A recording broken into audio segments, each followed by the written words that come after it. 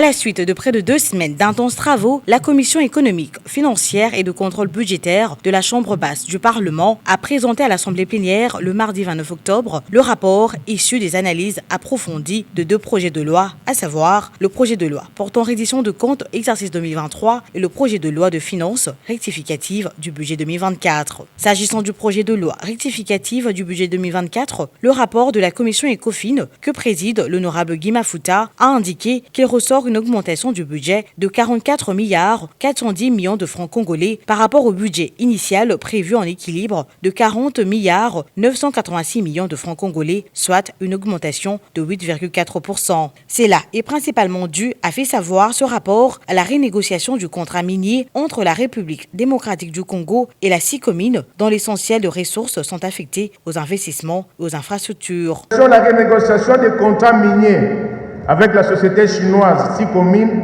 a généré des ressources additionnelles de l'ordre de 300 millions l'an établis et étalés sur 15 ans à côté des appuis budgétaires provenant notamment de l'Agence française de développement de l'ordre de 15 millions ont contraint le gouvernement de la République, se conformant à la loi des finances publiques, à initier la présente loi rectificative sous examen.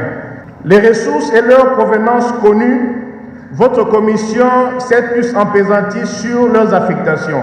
Dans le projet sous examen, honorable président et chers collègues, l'essentiel de ces ressources additionnelles sont affectées aux investissements et à l'occurrence aux infrastructures.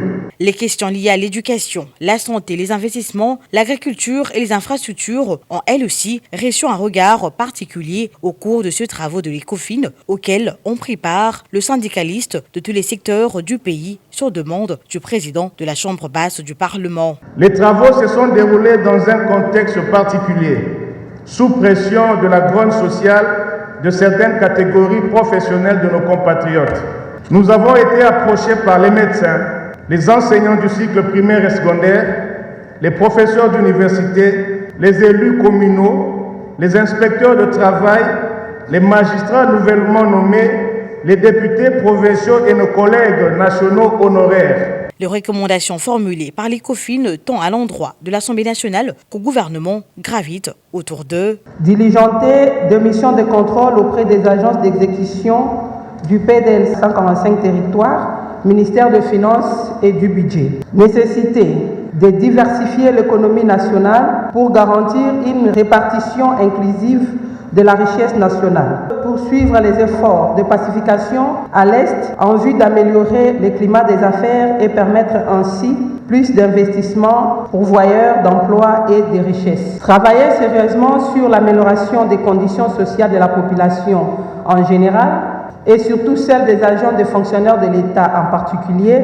afin de ramener la paix sociale actuellement mise en mal par des grèves et des tensions partout. En ce qui concerne le rapport du projet de loi portant reddition de comptes 2023, c'est un total de 43 recommandations qui ont été faites à l'endroit de l'exécutif national, témoignant ainsi du travail minutieux et finement réalisé par la commission Ecofin. Diligenter une mission mixte, Assemblée nationale, pour des comptes auprès du gouvernement, afin de mettre en lumière tous les dysfonctionnements institutionnels qui favorisent des détournements massifs des fonds de l'État en toute impunité, de masquer tous les responsables et les déférer devant les juridictions compétentes. Faire appliquer strictement les dispositions de l'article 220 du règlement intérieur.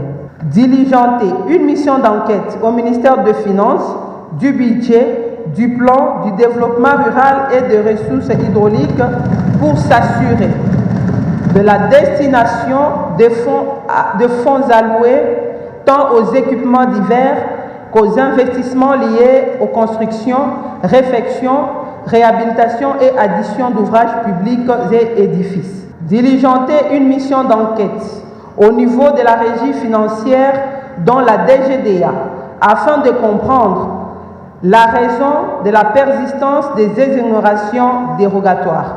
Après ces 2 rapports accueillis avec acclamation, 343 élus nationaux ont voté pour l'adoption de ces 2 projets de loi. 2 ont voté contre. Aucune abstention n'a été manifestée. Par conséquent, l'Assemblée nationale vote ces 2 projets de loi. À la suite de la position de la plénière qui approuve les conclusions des rapports de la commission ECOFIN relatifs à l'examen des deux projets de loi sous examen, nous pouvons considérer que les conclusions de ces deux rapports ont été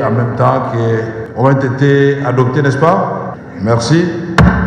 L'heure est donc maintenant à la préparation de l'examen du budget 2025, essence même de cette session budgétaire.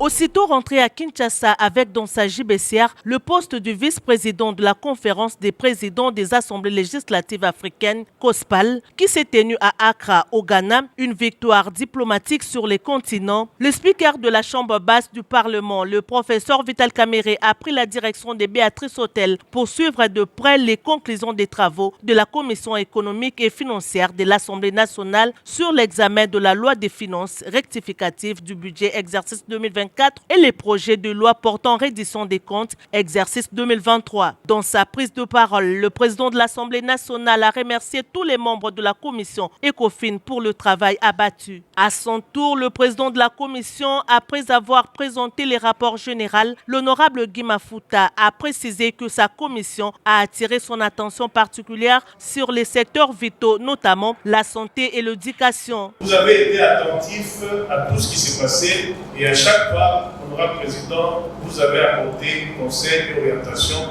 dans l'intérêt de l'avancement de notre pays.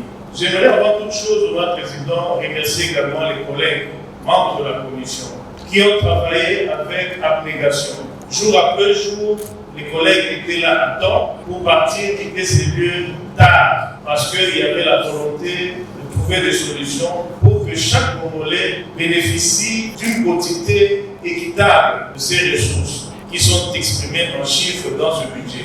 La commission ECOFIN avait eu la charge, après la plénière à l'Assemblée générale, d'examiner en profondeur les deux projets de loi. La commission ECOFIN s'est résolument engagée à travailler en amont par un contrôle parlementaire efficace. Parmi les recommandations, nous citons le respect des affectations des ressources budgétaires et l'équilibre dans leur taux d'exécution, la réduction des trains de vie des institutions, l'équité et la justice pour l'amélioration des vies de tous les Congolais. C'est tard dans la soirée que les honorables membres de la Commission économique et financière ont clôturé les travaux de l'examen de la loi portant la reddition des comptes et le projet de loi des finances rectificatives de l'exercice 2024. Le rapport a été adopté par tous les membres de la commission et renvoyé à la grande plénière du mardi 29 octobre 2024 pour le vote.